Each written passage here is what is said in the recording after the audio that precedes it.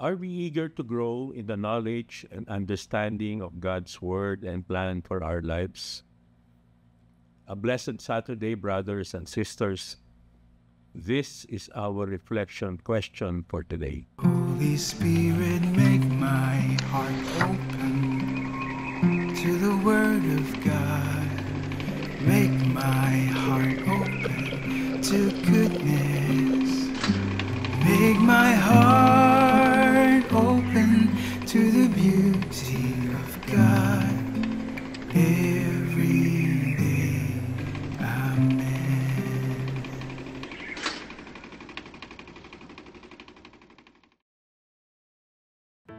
One of the largest crowds ever assembled for a canonization, 250,000, symbolized the reaction of millions touched by the simple story of Maria Goretti. She was the daughter of a poor Italian tenant farmer. Being poor, Maria had no chance to go to school, and she never learned to read or write. When Maria made her first communion, not long before her death, she was one of the larger and somewhat backward members of the class. On a hot afternoon in July, Maria was sitting at the top of the stairs of her house, mending a shirt. She was not quite 12 years old, but physically mature. A cart stopped outside, and a neighbor, 18-year-old Alessandro, ran up the stairs. He seized her and pulled her into a bedroom. She struggled and tried to call for help. "No, God does not wish it," she cried out. "It is a sin. You would go to hell for it." Alessandro began striking at her blindly with a long dagger. Maria was taken to a hospital. Her last hours were marked by compassion for others, concern about where her mother would sleep, and forgiveness of her murderer. She had been in fear of him, but did not say anything lest she cause trouble for his family. She devoutly welcomed the Viaticum, her last communion. She died about 24 hours after the attack. Alessandro was sentenced to 30 years in prison. For a long time, he was unrepentant and surly. One night, he had a dream or vision of Maria gathering flowers and offering them to him. His life changed after this. When he was released after 27 years, his first act was to beg the forgiveness of Maria's mother. Devotion to the young martyr grew. Miracles were reported that were attributed to her, and in less than half a century, she was canonized. After her beatification in 1947, her 82-year-old mother, her two sisters, and her brother appeared with Pope Pius XII on the balcony of St. Peter's. 3 years later, at Maria's canonization, 66-year-old Alessandro Serenelli knelt among the 250,000 people present and cried tears of joy. People do not put new wine into old wineskins. Otherwise, the skins burst, the wine spills out, and the skins are ruined. Rather, they pour new wine into fresh wineskins, and both are preserved. Which comes first, fasting or feasting?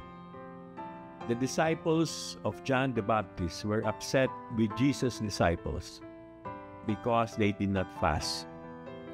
Fasting was one of the 3 most important religious duties, along with prayer and almsgiving.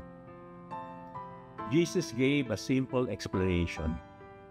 There's a time for fasting and a time for feasting. To walk as a disciple with Jesus, experience a whole new joy of relationship, akin to the joy of the wedding party, in celebrating with the groom and bride their wedding bliss. But there also comes a time when the Lord's disciples must bear the cross of affliction and purification. For the disciples, there is both a time for rejoicing in the Lord's presence and celebrating His goodness, and a time for seeking the Lord with humility and fasting, and for mourning over sin. Do you take joy in the Lord's presence with you? And do you express sorrow and contrition for your sins? Jesus warned His disciples about the problem of the closed mind that refuses to learn new things. Jesus used an image familiar to His audience: new and old wineskins.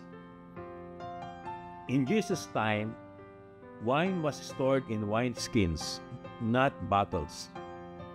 New wine poured into skins was still fermenting, with the gases exerting pressure on the skins. New wineskins were elastic enough to take the pressure, but old wineskins easily burst because they were hard. What did Jesus mean by this comparison?